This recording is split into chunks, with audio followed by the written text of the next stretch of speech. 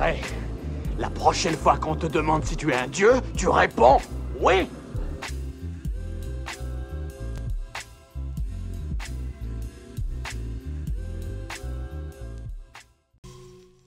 Salut tout le monde et bienvenue sur l'écran fou. Et aujourd'hui, il est temps de lancer les dés, puisque oui, on vient parler du blockbuster de l'année. Enfin, en tout cas, c'est comme ça qu'ils ont osé le vendre dans les trailers. Et je veux bien sûr parler de Donjons et Dragons, donc nouvelle adaptation du célèbre jeu que tout le monde ayant un minimum de pop culture connaît, mais que bizarrement, personne n'a jamais joué, alors que pourtant la communauté de gamers de ce jeu de plateau est absolument immense. Ah non mais ils se cachent les petits filous. Bon, ceci étant, pendant des années, les joueurs de plateau ont hélas eu un petit peu une étiquette collée sur la figure.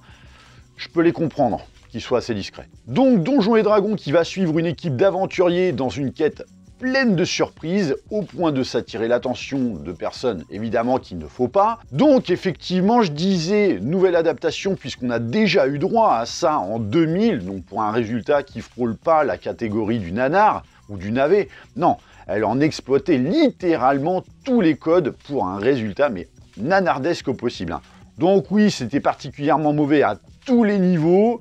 Et donc, il paraissait presque légitime de devoir redorer le blason d'une telle licence, surtout que l'univers est assez riche, et quand on a une franchise qui, depuis des décennies, génère une telle popularité, il est évidemment de mise que Hollywood se l'affranchisse pour capitaliser dessus. Mais au même titre que pour les jeux vidéo, adapter ce genre de titre héroïque fantasy, c'est souvent assez casse-gueule, que d'adapter par exemple à Warcraft. Et du coup, Paramount s'est dit que la meilleure chose à faire pour assurer un résultat percutant, c'est d'aller s'attribuer les services de Jonathan Goldstein et John Francis Daley. Ok, alors rien que de nom, ça casse pas trois pattes à un dragon. Ils ont quand même pas un background de fou.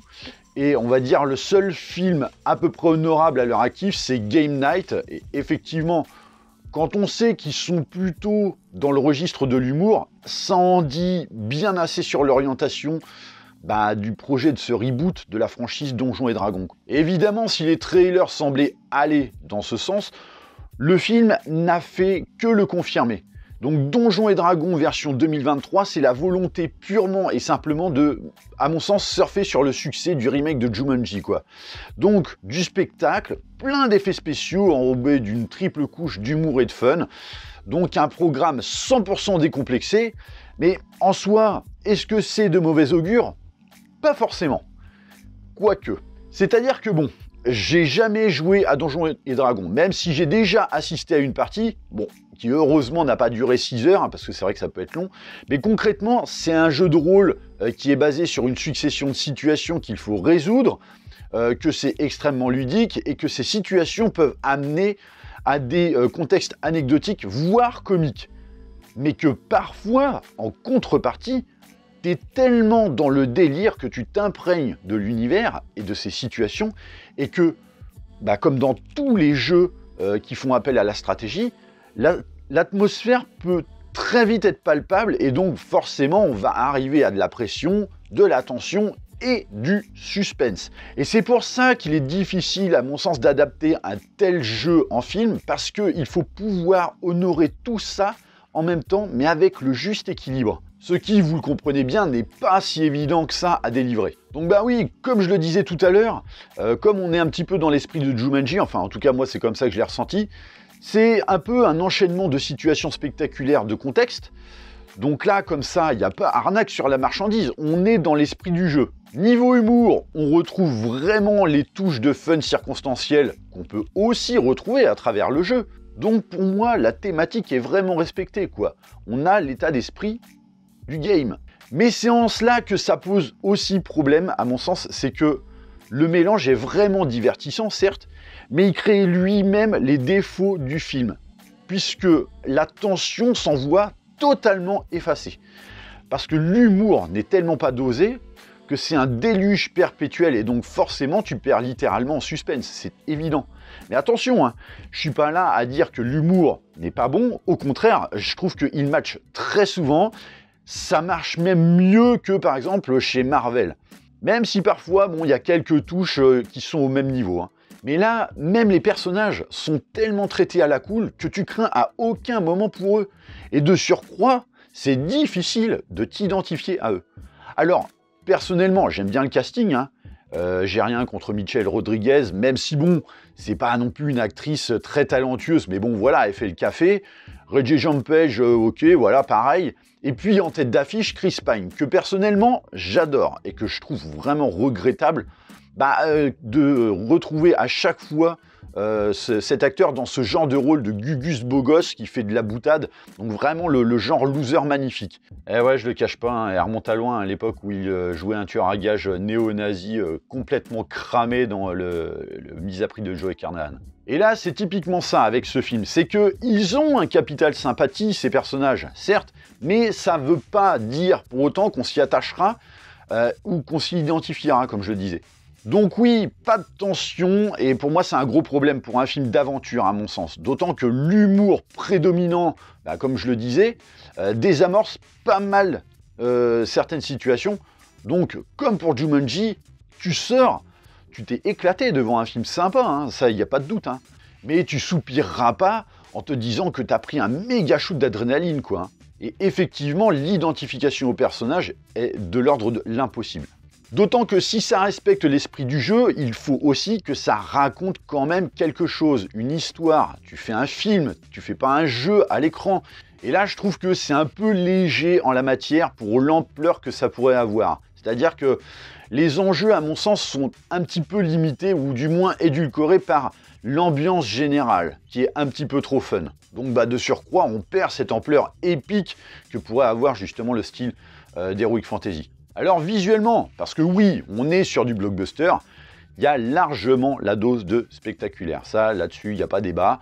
Même si ça ne va pas réinventer la roue, hein, bon, en même temps, les réalisateurs, c'est pas non plus des foudres de guerre, et on a déjà vu ça ailleurs, et même notamment dans les adaptations de Tolkien, Harry Potter, Hellboy, voire même Marvel, et j'en passe. Mais ça a presque des relents de surdose tellement ça en dégouline, quoi.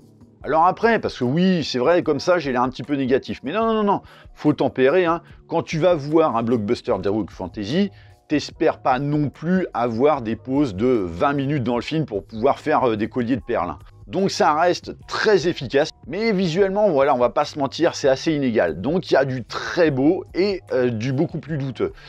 Même si j'apprécie pas mal l'idée d'avoir justement voulu jouer un peu avec le practical dans un contexte qui se prêterait plus justement aux effets spéciaux, mais personnellement, j'ai un peu ce ressentiment que c'est typiquement le genre de film qui visuellement va très rapidement mal vieillir.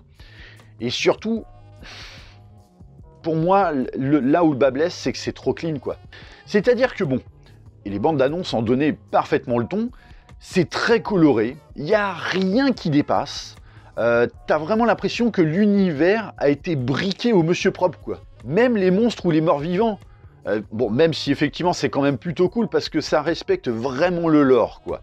Mais il faut quand même rappeler qu'on est dans de l'heroic fantasy, donc un décorum qui se prête à la poussière, à la crasse, la sueur. Et même quand les personnages sont sales, t'as le sentiment qu'ils sont propres parce que la saleté est limite sublimée, quoi. Et c'est vraiment dommage parce que le film va puiser à fond dans la richesse de cet univers.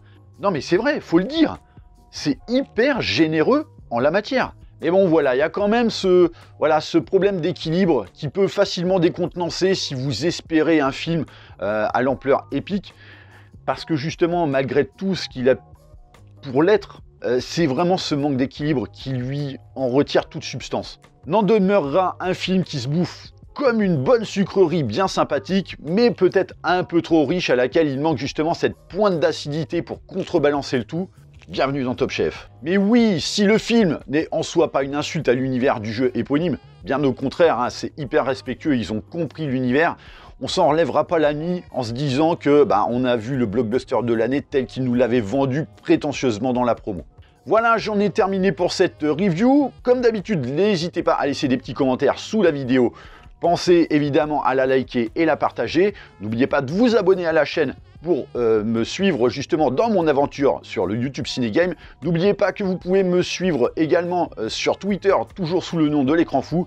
Et moi, je vous dis à très bientôt pour une prochaine vidéo. Allez, bye!